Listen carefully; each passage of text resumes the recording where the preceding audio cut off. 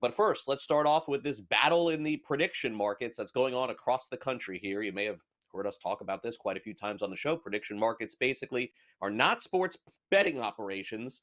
There are some states that feel that they are. And so this company called Kalshi has been asked to exit a lot of the different markets that have legalized sports betting because they are basically being told that they are one.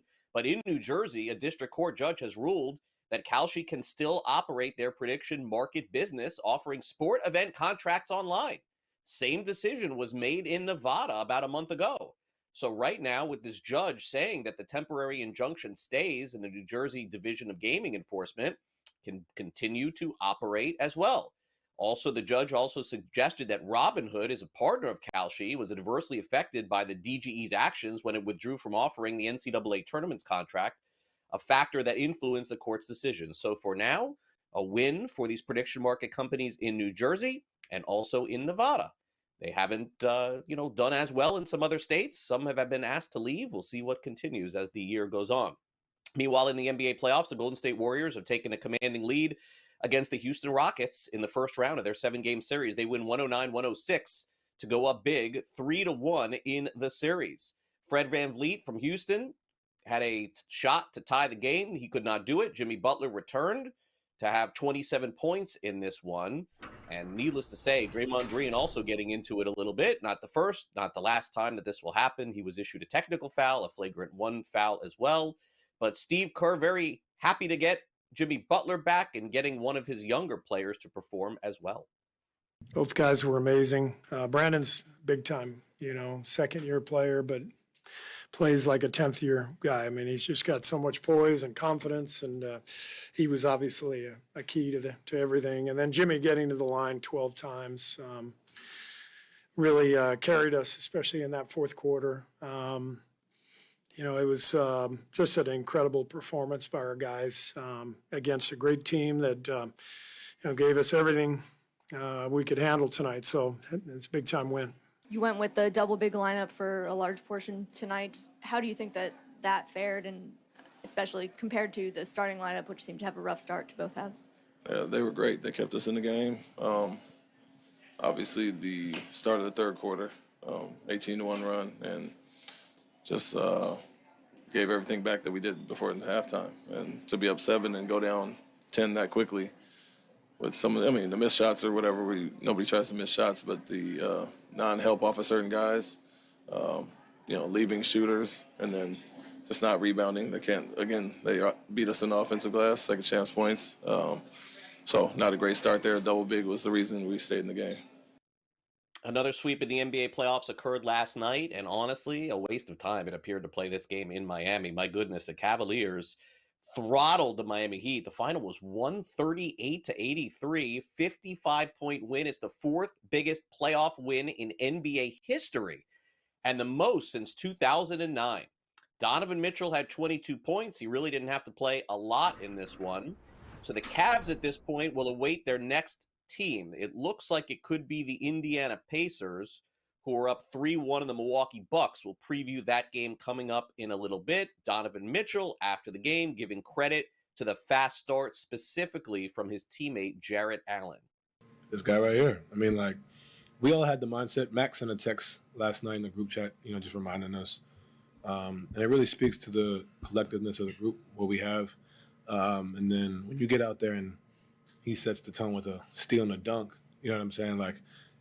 It really, and then he had some words that he said to me that I won't repeat, but that's when I knew we were going to win. That just speaks to where we're all at. And, that's the biggest thing, just the maturity level as a group.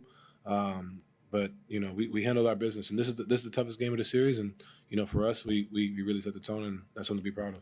Congratulate Cleveland. They're a hell of a basketball team. They're going to be on probably a long run right now, but they're well coached. They have a group that fits and plays the right way. So we were humbled,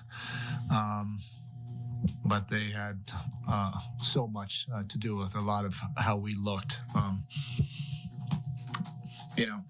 none of us would have guessed, the series would have gone this way coming out of our two play-ins, and even how we competed in the first two games. But they just took it to another level. Obviously, we didn't play well, and we didn't meet any kind of level from there. But they left us behind these last two games. No one would have guessed. The Heat, worst record in the history of the NBA to make the playoffs, would have gotten swept against the Cavs. Okay. George Kittle signs a 4-year contract extension, $76 million with $40 million guaranteed. So Brock Purdy will have one of his top weapons back next season. George Kittle is now the NFL's highest paid tight end. Meanwhile, the tenure in the National Hockey League as a head coach rarely goes to 10 years. That's what happened. But Mike Sullivan is out as Pittsburgh Penguins head coach after a decade of coaching the squad. He was the longest tenured coach in Penguins history. The Bruins and Rangers jobs are open. Maybe he'll land one of those jobs. Wyatt Johnson, 9 seconds into the game, scores a goal, and the big one ends up being a 6-2 final as the Stars beat the Colorado Avalanche. Mikko Rantanen, who was with the Avalanche in the playoffs the past 7 seasons, scored his first postseason goal. He also had 2 assists for the Stars as they took a 3-2 lead. Head coach of the Avs, Jared Bednar, clearly a little stunned how things began last night. Down 3 is not a position this team's been in a while. Were they a bit stunned at times tonight? Our team? Yes. Well, it's easy to fall down 3 when we give up those first 2, right? Like a couple strange goals there for sure. The first one, and then the second one lands on his back and goes in. I thought we were playing okay. We definitely needed to get sharper on the defensive side of it early in the game, but we pushed back and created some good chances at the other end. You go down 3, we're fighting hard, we get it within 1, and then didn't love that penalty call in that game, especially the way the game was going. So then it kind of gets out of reach for us, right? The Battle of Florida on the ice right now looks like it's going to the defending champion, Florida Panthers. 2 goals in 11 seconds. They rallied to beat the Lightning 4-2. They're up 3-1 in the series. They can close it out on Thursday night. All right, the Mets, they clobber, in such a big way, the Washington Nationals. Folks, they put a 19 spot up yesterday. Brandon Nimmo drove in 9 runs in the game. By the way, the record is 12 in Major League Baseball. Also, the Dodgers and Marlins fought right to the end yesterday. How about that? Dane Myers comes in off the bench. It's a pinch hit grand slam, but the Marlins lose to the Dodgers in the 10th inning. 7-6 was the final in that one. Tyler Soderstrom has been a revelation for the Sacramento A's this season. A 2-run double is enough. The A's beat the Rangers 2-1. J.P. Sears threw 5 1/3, and Mason Miller closed the door. He's been fantastic. Going to be in the All-Star game, I would guess, again, as the Yankees try to come back against the Orioles. It falls short. And the Orioles hold on to win 4-3 final there. Tons of Major League Baseball, of course, action coming your way a little bit later.